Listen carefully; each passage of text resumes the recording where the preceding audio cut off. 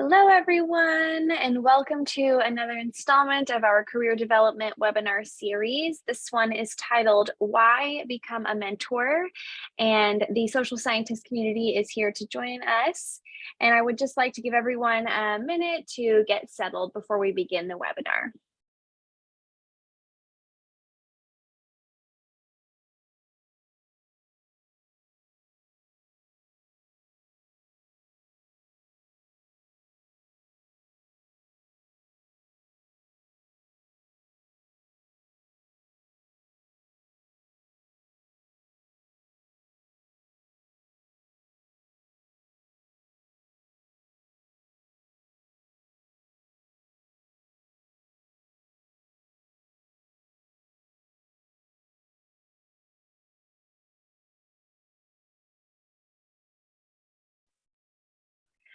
Okay, we will go ahead and get started. I do want to let everyone know that this webinar is being recorded and will later be added to the NRMN YouTube channel. So before we get started, I want to give a brief introduction into the National Research Mentoring Network, otherwise known as NRMN. NRMN is a National Institutes of Health grant-funded initiative whose entire purpose is to diversify the biomedical workforce by providing mentorship, professional development, and networking. And we do this with our program that we created, My NRMN, that has amassed over 23,000 mentors and mentees. And now I'm going to hand it over to Danielle to introduce her panelist for this incredible webinar opportunity. Thanks, Reagan. Hi, everyone. Thanks for joining today. So I'm Danielle. I'm a postdoc at the Whitehead Institute at MIT in Cambridge, Massachusetts. And I'm also the creator of The Social Scientist. So I want to give you a little brief info on our organization.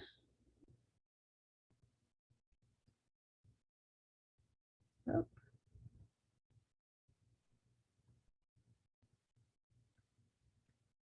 Okay, so The Social Scientist is a publicly available website, and this is for virtual one-on-one mentorship. And so today we're going to be talking with a number of our mentors. And the way this works is when you are interested in looking for mentorship, you can either search for a specific field of interest, or you can take a look at our mentors in our kind of diverse fields in STEM. And so, for instance, if we take a look at academia, we'll see Adriana's profile here. So you can get to know a little bit more about Adriana, and then if you're interested in reaching out, you can contact her directly. And so we are more of an informal way to specifically contact mentors. A lot of our mentor-mentee relationships continue on, which is awesome. So please feel free to take a look at our website and reach out to as many mentors as you like. Okay. So we're going to go around and introduce our mentors. So why don't we start with Christopher? Hi, everyone. My name is Chris. I am a PhD candidate at LSU down in Louisiana. I do bioarchaeology, so I specialize in archaeology, obviously, anthropology, skeletal biology, and kind of like skeletal analysis work. So I'm a mentee within the social scientists that deals with a lot of, or deals with mentoring like in biology, anthropology, archaeology, and yeah, that's a little bit about me. Thank you. All right, how about we go to Ben? Hi, my name is Ben Ariano. I am currently an account manager supporting the Boston area, as well for stem cell technologies, as well as I'm the North American immuno-oncology subject matter expert. So I actually support a lot of stem cells customers when it comes to CAR T cells and other cell therapies throughout North America. And I've been a mentor for a while now. And I think when I was in graduate school and doing my postdoc, I had a lot of great mentors who supported me throughout my career. And it's just a way for me to kind of give back. I actually ended up in the field of science because I became a NIH Mark Fellow when I was an undergrad, and that kind of helped me to apply to grad school and get into grad school. So this is kind of just part of my giving back to the community. So I try and volunteer wherever I can, whether it's high school kids, college kids, or graduate students and postdocs. I just like to kind of give someone they can talk to, especially when they're wondering what to do next with their career and stuff. So yeah. That's awesome. Thanks, Ben. And Adriana. Sure. Hi, everybody. My name is Adriana Bankston. I'm one of the mentors for the social scientists, but I was a bench scientist for many years and transitioned into science policy. So happy to talk to folks who are sort of interested in that as well. But I work as a legislative analyst with the University of California system in DC. And so we do a lot of sort of connecting researchers to policymakers, including students who are interested in policy and advocacy. And my sort of path, and still one of my main interests actually is the biomedical workforce. So that's really exciting to be here and sort of helping trainees both while they're in science and transitioning to different careers. So happy to talk more about that. Thank you. And last, let's go to Malgorzata. Yeah. So my name is Małgorzata Gazda. I go by with my nickname Gosha. I'm a postdoc at Institut Pasteur, so other side of the ocean in Paris, France. And I work in population comparative functional genomics. And I'm a mentor and mentee for many years. And I think this is very important to have both kind of interactions. So get the career advice yourself, but also help other people. And I think actually having mentees is helping me also to develop my skills and yeah, growing up as a scientist too. So it's really fun to do both. Yeah, thank you. Thank you, everyone. So we are going to chat for a little bit and talk amongst the panelists, but please feel free to put questions in the chat and we'll try to get to the questions either while we're chatting or we'll leave them towards the end. All right, so to start off, why don't I ask, what are the gaps or issues when it comes to mentorships in our field?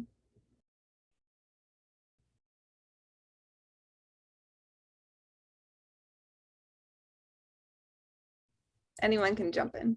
Oh, I guess I'll go first.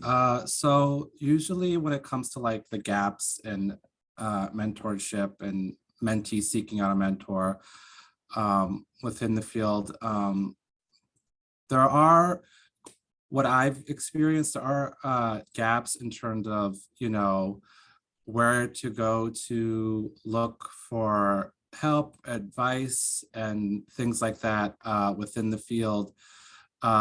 Because usually, like, for example, for me, also in an academic setting, professors or, you know, people that work within a specific department and things like that are usually very busy, and they try their best to, you know, support the students within the department and questions and things like that. But when it comes to like the gaps, there are kind of, from what I had experienced, kind of gaps with trying to basically seek out advice, or gaps with trying to seek out people that could help with certain questions, to provide advice that, like, for example, professors or academic advisors may not know about. So that's kind of the gaps that I see in my particular area of the field when it comes to kind of people that are available, or mentors that are available to help out in certain areas that, you know, people in my area, like in academia, may not entirely know about, be able to help with.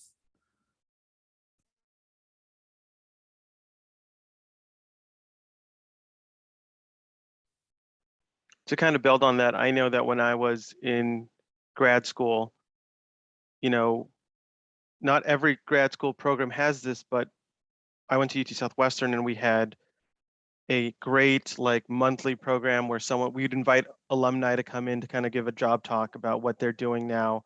Sometimes they were scientists, sometimes they were doing other jobs, and it kind of just gave you a better idea of other career opportunities out there besides just becoming a PI or becoming a research associate at a biotech company.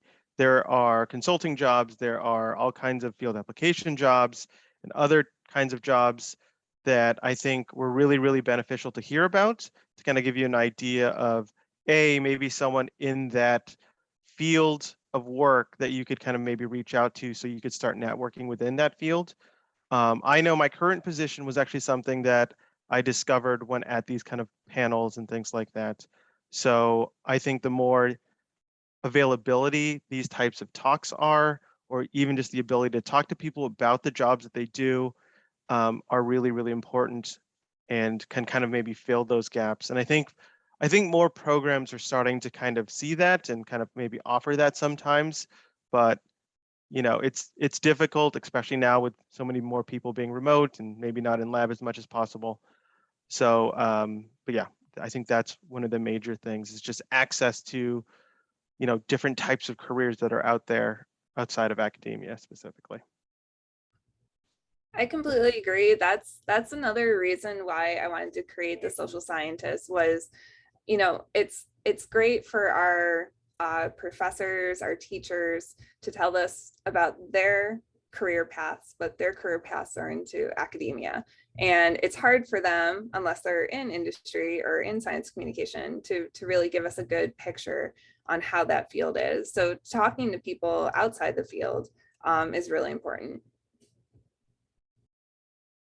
Yeah, I agree to that as well. And I think just what I've observed from academia, the system really isn't set up to help transition into other careers. Even I think for PIs themselves, there are a lot of things that you need to learn how to, manage people, manage a budget, all these other things that aren't really taught in your training or just being at the bench.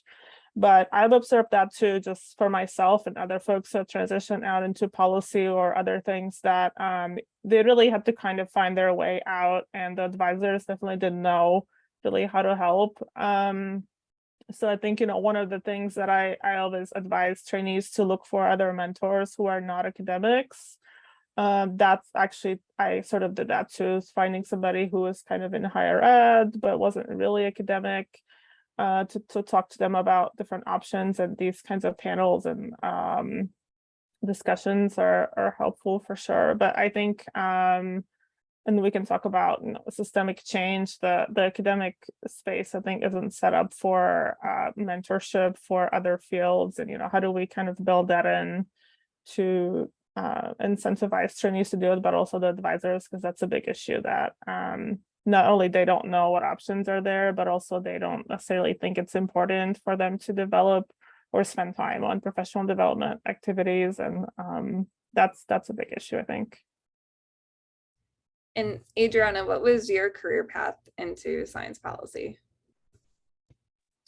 Yeah, so I did a lot of volunteering with nonprofits that were interested in sort of a systemic change and academic improvement for students, and then transitioned eventually into policy through a fellowship with Society for Neuroscience, which is one of many.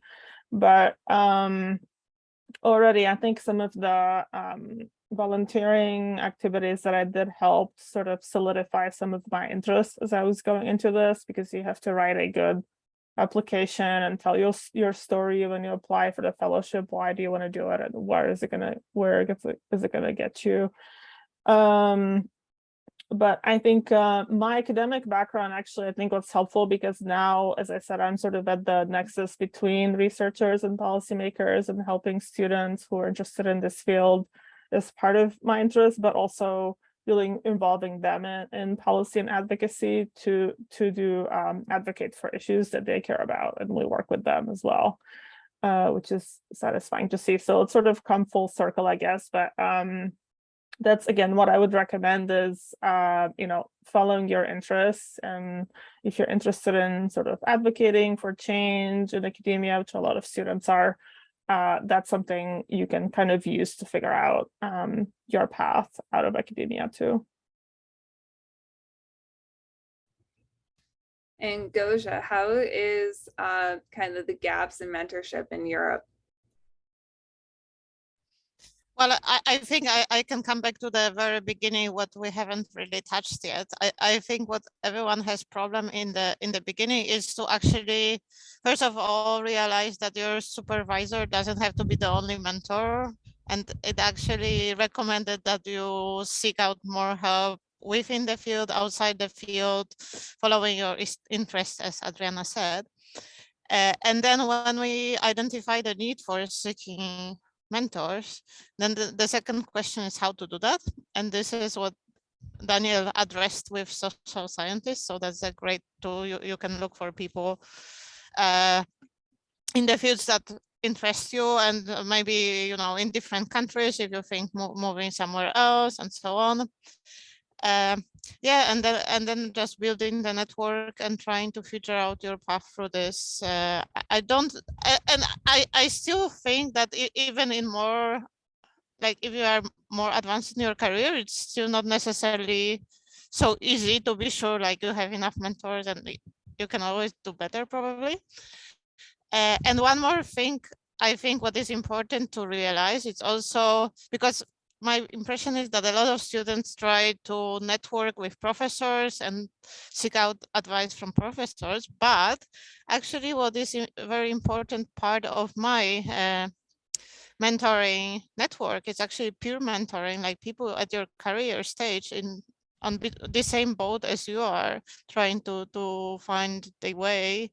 That they can help you with many things that, you know, are current, like more senior people will not know about because they were not in your shoes, not in the same times and so on. So yeah, I think it's also important to talk with your peers.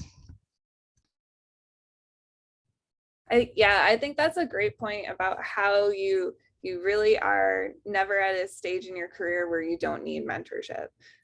You know, PIs need mentors, CEOs need mentors. We all kind of need to kind of lean on one another, and it's just looking for the right people. And that's another reason why we try to enlist very enthusiastic, dedicated mentors on our site. But yes, there will never be a stage where I feel like I have conquered mentorship. I feel like I will always need a mentor. All right, and let's now ask, what do you gain by being a mentor?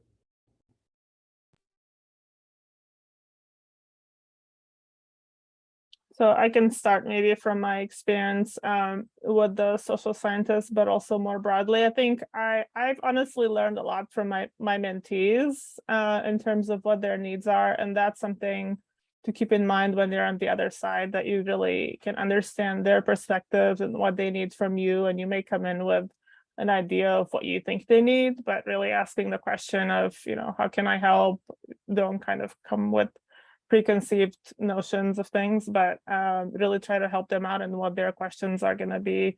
And it's interesting to see what, you know, grad students these days need. And even when I was leaving academia, I think a lot more people are now. So I think, again, as the landscape is changing, making sure that we are meeting their needs, especially if they want to leave academia, what that means, and being a resource for them as well. But I think I've learned a lot just to expand my horizons and see what different opportunities are there. I think when they ask questions and you don't know, then I would do research on different things that they wanted to know about.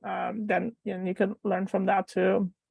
And then I think just the last thing is it's really satisfying to see mentees that succeed and you know, can get into the grad school that they want, which has happened through this. That's really one of the reasons to do it, and to really see them learning and growing and then succeed in what they want to achieve. That's really nice to see. Yeah, adding to what Adriana said, I think I'm more excited about the successes of my mentees than mine, honestly.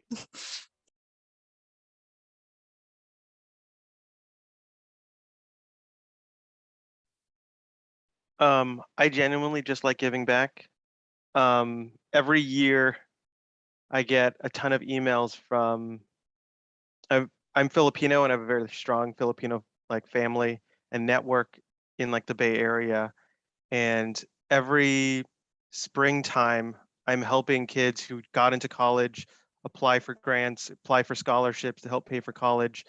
And it's nice to kind of be able to help and give back to people who are looking to do something or be one of the first people in their families to go to college or anything like that.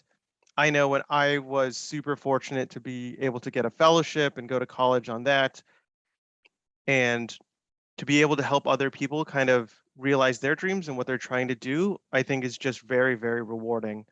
And on the same level, it's the same situation of when you try and help someone find their first job out of grad school or their postdoc. You know, there's a lot of questions, there's a lot out of information out there that they just don't have access to. And whether you're helping someone interview or helping someone just fix their CV or network within, you know, your like where you live, it's all very beneficial to you. But, you know, in the long run, like having a bigger network of people that you know within the field, but it's also just I genuinely get a lot of personal, you know, just good feelings and karma out of it. I just feel very positive, honestly, about helping people. And I think, you know, the more that we realize that especially when you get to grad school, people aren't just other people. Everyone around you is going to be your peer somehow. They might be at another biotech, they might be at another institution, they might even be in another field of study, but that doesn't mean that you can't just, in keeping in touch with them, utilize their strengths in the future when you need them. Building collaborations is so important in science. You know, knowing other people who might be able to help train you or teach you about stuff. You know, it's a very collaborative environment as long as you're willing to collaborate. And I think the more that you mentor people, eventually your mentees just become other people in the field with you, and you could easily become someone who goes to them for help.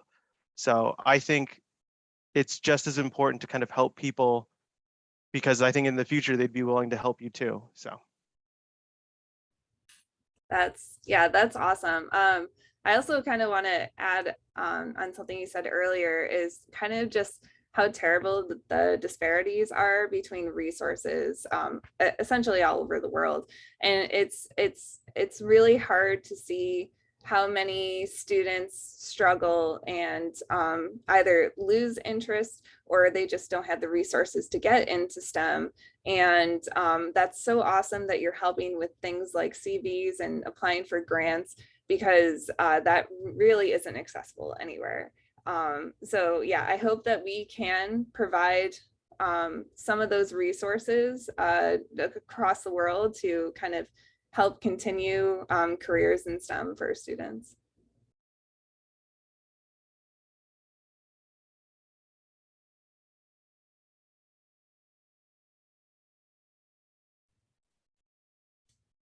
Okay, and then how about the benefits of being a mentee? And is there anything that you had with mentorship when you were younger or currently with mentorship that really made an impact on you?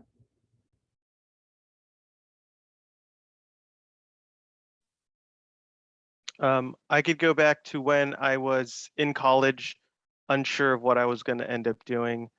I got my fellowship my last 2 years, and it really just gave me a path that I didn't know was possible.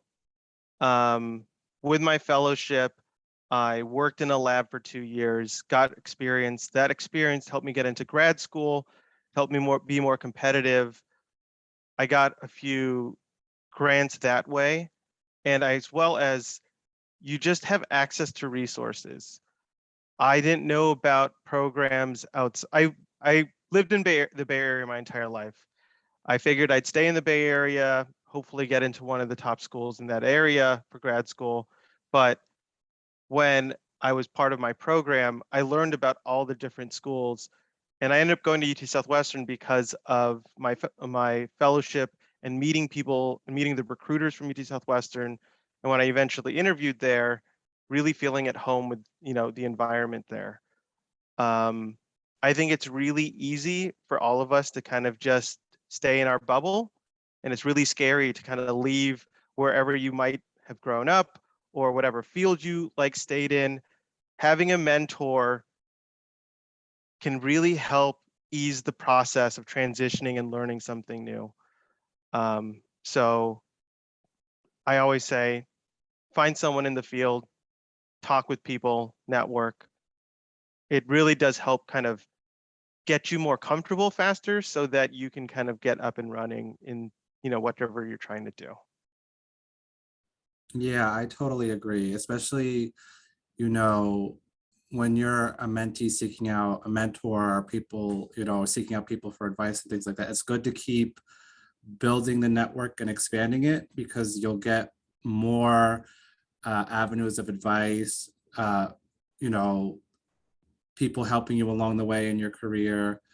Also, potentially those people, down the line, even being part of collaborative research or any collaborative studies and things like that. So yeah, I think one of the most important things when I was a mentee was trying to expand my network and things like that to try to, seek out advice that someone may not know, or seek out career advice that people in academia may not know, but people in my field that work in the government sector may know, and things like that. So the expansion of your network is really one of the most, to me, one of the most important factors when you're a mentee seeking out mentors.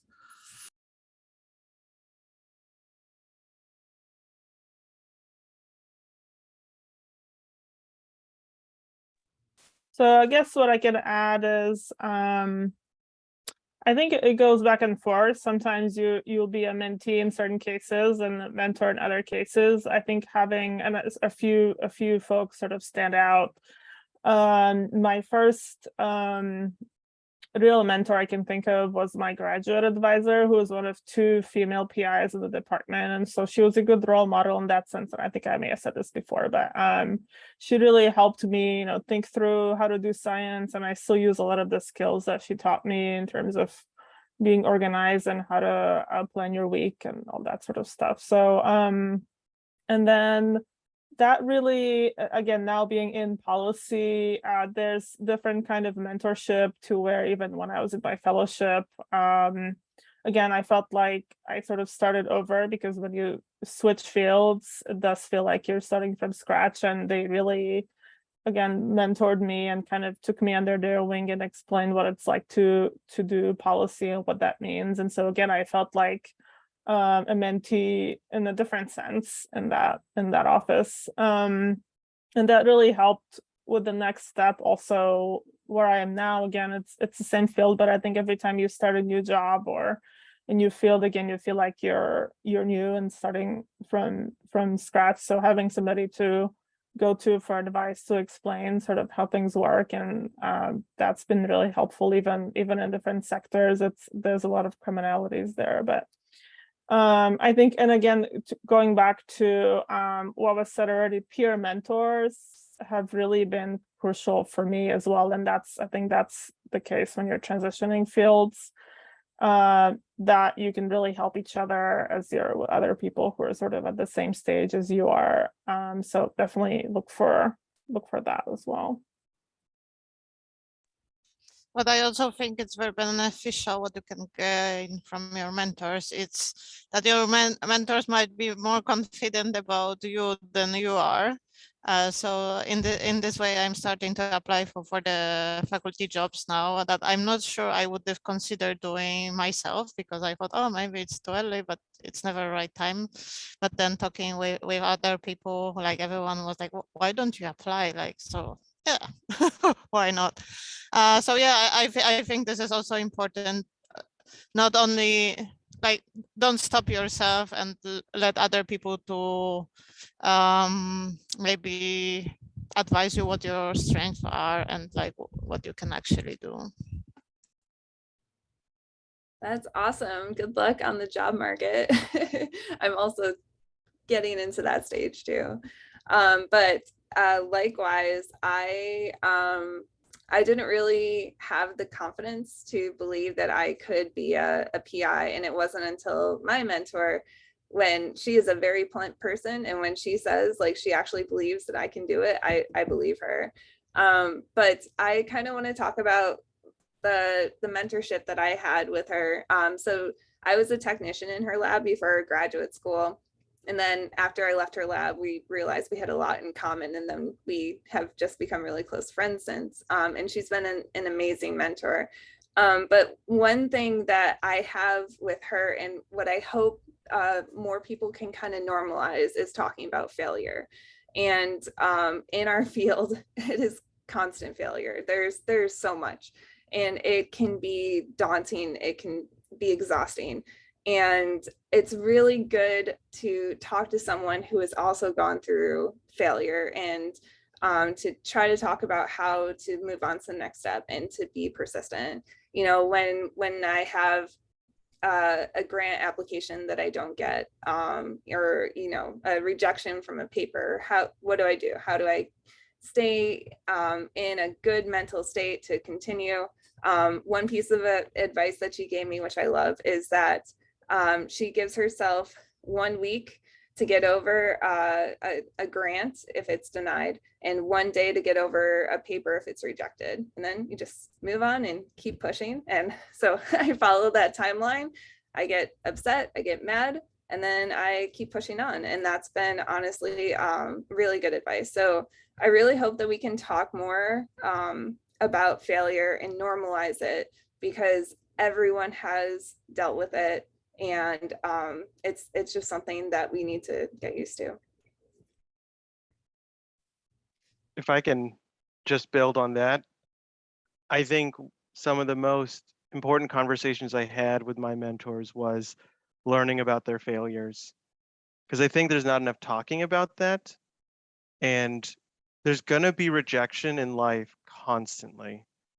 And if you think everyone else, especially with like social media now, where everything is just awesome and everything's perfect for everybody else but you, I think talking about the failures and learning how difficult some people had it, you know, when they were trying to get their first job or other things like that, really kind of puts things in perspective for what you should be expecting. And it also makes you feel human to know that other people, especially people you might be looking up to, went through exactly what you're going through and what exactly you're going to go through as you kind of progress in your career.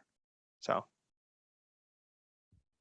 I think it's also very nice to have a circle of peers, friends, that you can share your successes, but also especially your failures. And it really helps not to be alone in this. And yeah, get any advice or, I don't know, cheering or anything to get over it and move on.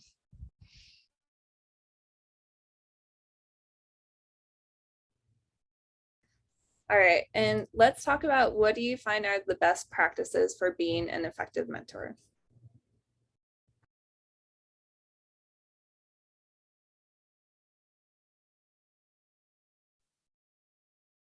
I think listening. It's really easy to kind of tell people your story and be like, that's what you should do. You know, I did this kind of fell into my lap and blah, blah, blah, blah. I think it's really important, if you want to be a mentor, to listen to the mentee or the person who's looking for help. They might want different things than you do. They might have had different life experiences. They might have different, you know, backgrounds, and thus they might need a little bit more or a little bit different, you know, purview of what the road looks like for them. And I think listening and meeting with your mentor and finding a mentor who's willing to listen to you, acknowledge what you're going through, and really here's what you want out of life, rather than them maybe saying like, well, this is what I wanted and that's why I'm so happy. You know, people want different things, and finding a good mentor means maybe finding someone who understands you. Maybe they don't necessarily have the job that you want, or, you know, have the same experience as you, but having that person that you could kind of talk to who maybe can give you that piece of advice, or just, someone to listen, who will listen to you when you're kind of going through stuff. I think if you want to be an effective mentor, you have to be able to listen and understand what the person's goals are, rather than like, oh, I'm going to help them achieve this, which I think is what's best for them. But listening and being able to kind of talk with people, I think, is incredibly important. So, yeah.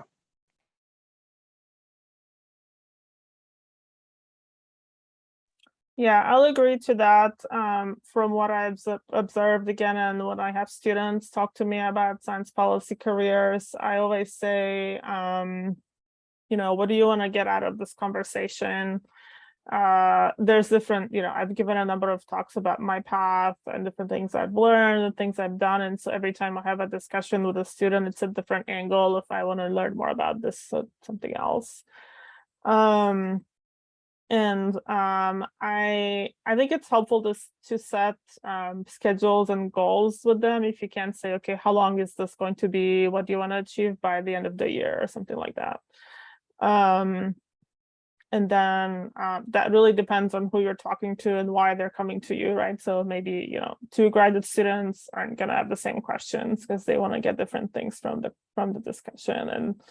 And of course, when they ask about how I've gotten to where I am, and that's helpful, I always say, I'm just one example of somebody who left academia and is in policy, but there's many other people to talk to. And so I recommend talk to someone else who's doing policy in a different setting than me, and just encourage them to grow their network beyond what I can tell them. And I think what Ben already said, that you kind of help them develop their own story and their goal and what they want to get out of the next stage of their career, maybe, because you can't really go down maybe too far down after that. But encouraging them to, I think, build their own story and their path, instead of your own sort of imposing your own goals on them, I think is true for sure. Right, I totally agree with that, because like trying to, I guess, place the roadmap that you've been onto someone isn't necessarily going to work. You have to, like what Ben said, be very tentative and listen to what kind of the goals, things like that a mentee's trying to accomplish. So trying to build that relationship with with a mentee or your mentees, and being able to guide them as much as you can, or give them as much advice as you can, but then also being like, hey, I necessarily don't entirely know all the answers, but I can direct you to someone that may know the answer to what you're trying to accomplish or what you're trying to looking for. And that kind of helps with expanding the networks that the mentees are trying to build in order to seek out certain advice or job goals and things like that within the field.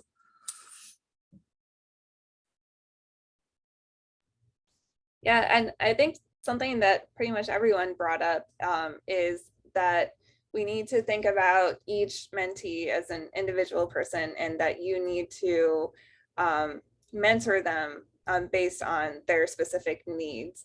And I think that's really important when anything from teaching in a classroom to working at the bench to talking about policy. Every person learns differently, and it's great to kind of adapt based on their needs.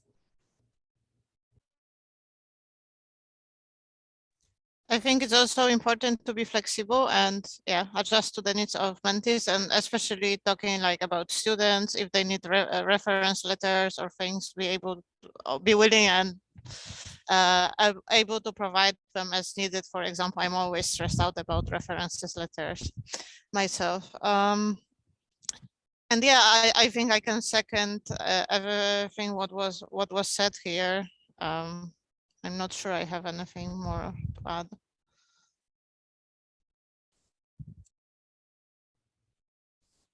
Okay, if you have any questions, please feel free to put it either in the chat or the Q&A. And then we can talk about that a little bit more. But yeah, are there any kind of experiences or relationships you'd maybe want to mention? If you had any like really good mentor-mentee relationships that we can chat about.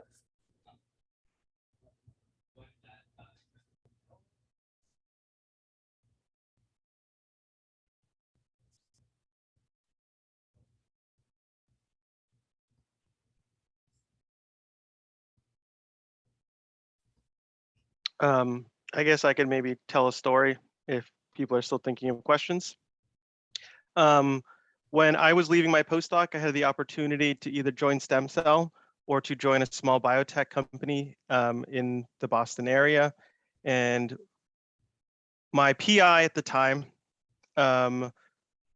said that no matter what, he thinks I would do good at either job, but because he wasn't trying to push me towards one or the other, he was just kind of trying to let me pick my own path. But my other mentor, he took me out to lunch and he pretty much told me that I should try something new, that the scientist job is just kind of building off what I was doing in my postdoc. And while it'd be a really good opportunity and I'd make, good money and all that other stuff, he thought that it would be really important to me to try the job that's a little outside of my field of expertise, because the job at Stem Cell is, I'm technically part of the sales team and I've never done that before. And I was really, really nervous to do it.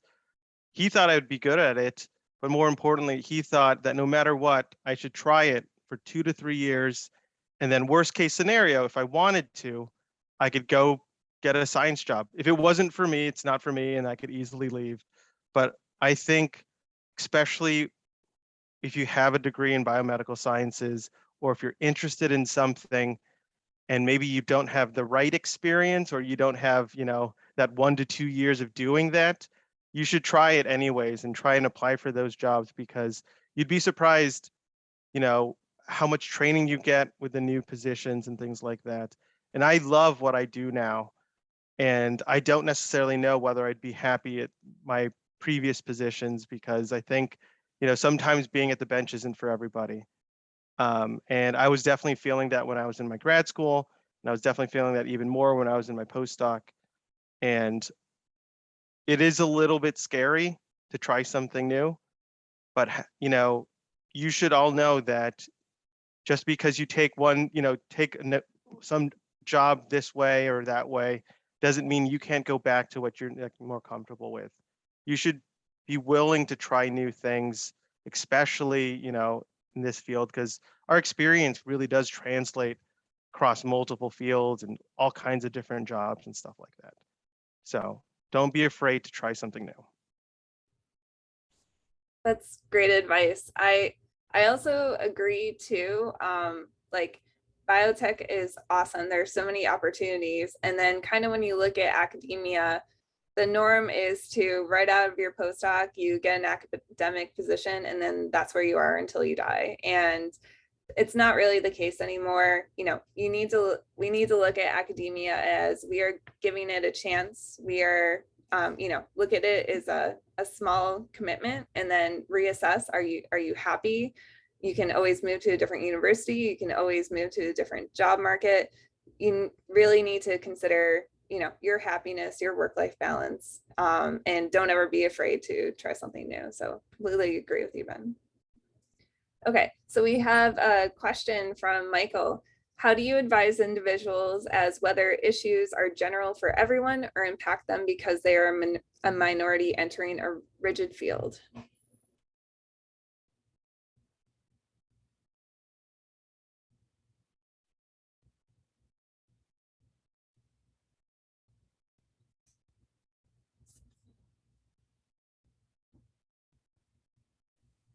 Yeah, I think this is very much a case-to-case basis. You can never really know what's causing the issues and things like that, but it's really hard to say. And this is one of those situations where you'd have to kind of hear what's going on and things like that. I know that I saw some really messed up stuff happen in grad school, whether it was because of a minority in the field or people didn't get along very well.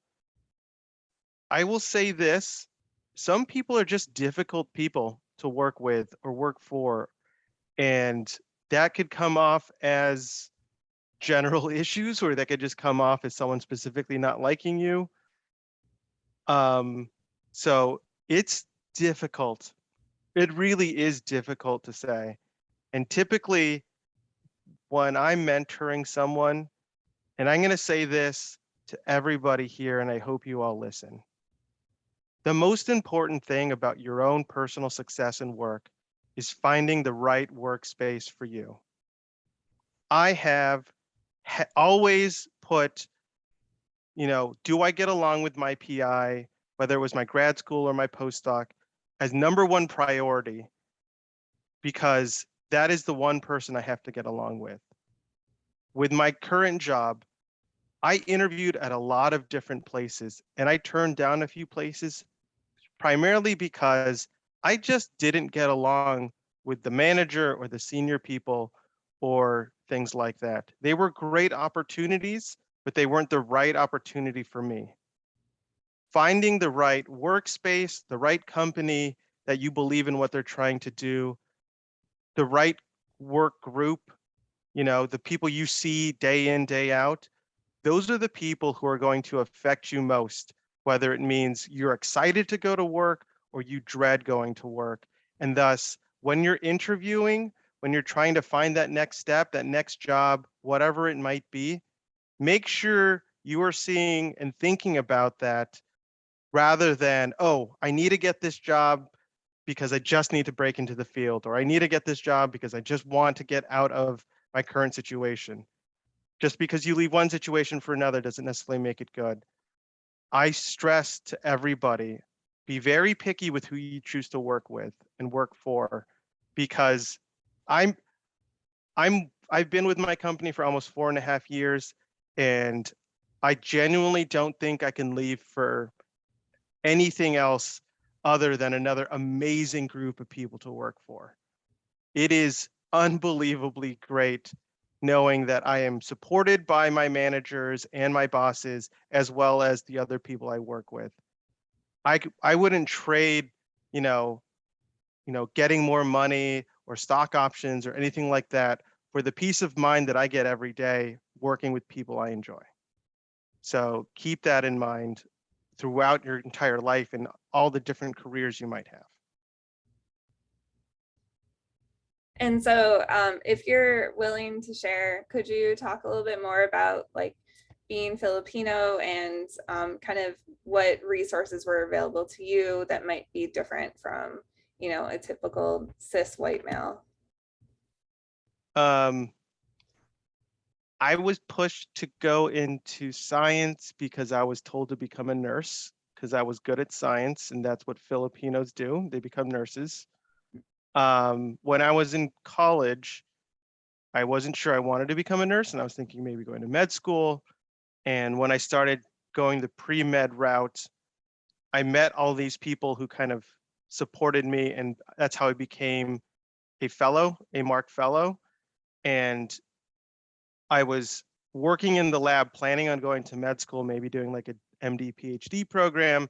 And I actually ended up just deciding to go to grad school because I really enjoyed being in the lab, working on my hands, doing all that stuff. The resources I got were just the support from professors kind of telling me that, honestly, sometimes it's just nice having someone believe in you. Someone telling you, oh, I think you're good enough to get into grad school. I would have never thought of going to grad school. My parents actually didn't think I should go to grad school and thought, oh, why don't just go get a job and start working, start your life, things like that. It's difficult when your parents don't understand your career path. And maybe that's a minority thing, but like my mom worked for biotechs her entire life, and she literally worked herself up from the bottom to get to where she was. My dad's an electrician. He doesn't exactly understand what I do or anything like that. So having mentors and people who were able to kind of see my potential and point me in a direction and answer those questions when I had them, when I couldn't go to my parents, who was typically where I'd go to, when you're in college or when you're in high school and stuff like that. That was really, really beneficial. And honestly, why I give back as much as I can. I talk to high school kids, I talk to college kids, and I just see people searching for other opportunities outside of what their parents are kind of maybe telling them they should do. And being a mentor really helps me to kind of help the next generation. Like I'm first generation, or however you want to think of it. My parents grew up in the Philippines and came to America when they were in like their 20s. So I was the first one kind of going through the US system and things like that. How I grew up was different than other people. And my parents were very scared of, college in general, because they didn't know much about college in the US and stuff like that. So, finding mentors who kind of helped guide me was very critical in like my own personal success. So how could I not give back to, that's the same people who are looking for help. Thank you for sharing that. Really appreciate that. And going back to Michael's questions, I think it's really important to honestly just be open and ask. So that there has been a great movement trying to increase DEI in STEM, and now there are a lot more DEI offices. There's more programs to specifically attract underrepresented minorities into groups, but we are still a very, very long way from having a good representation in the STEM fields. And so just kind of talking about how that might impact the student or your mentee that you're working with, trying to figure out if there are other programs that might be beneficial to them. There are a number of programs like providing internships, providing better communities. So I think it's just really good to be open, especially if you have a group, to be more open about DEI and talking about how as a group you can kind of move to accommodate for these people.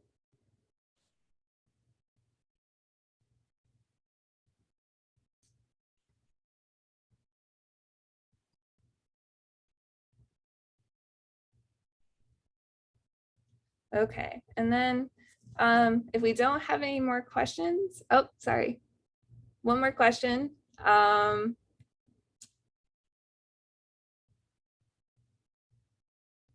Yeah, so Ben, that's for you. Yeah, I can do that.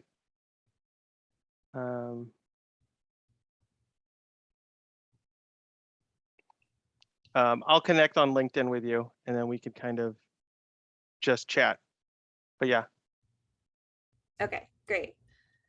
Well, I just wanted to say thank you to our panelists and our awesome mentors from the social scientists. Thank you so much to Reagan at NRMN.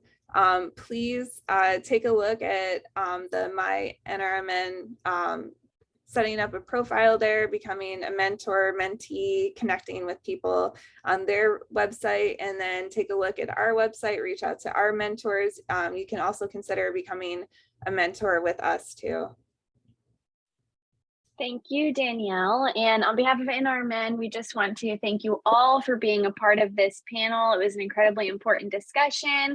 And then we want to thank all of the attendees for joining. And I do want to remind you all that this recording is going to be uploaded to the NRMN YouTube channel shortly after this webinar. But again, thank you all for coming, and I hope you all have a wonderful day. Thank you. Thank you.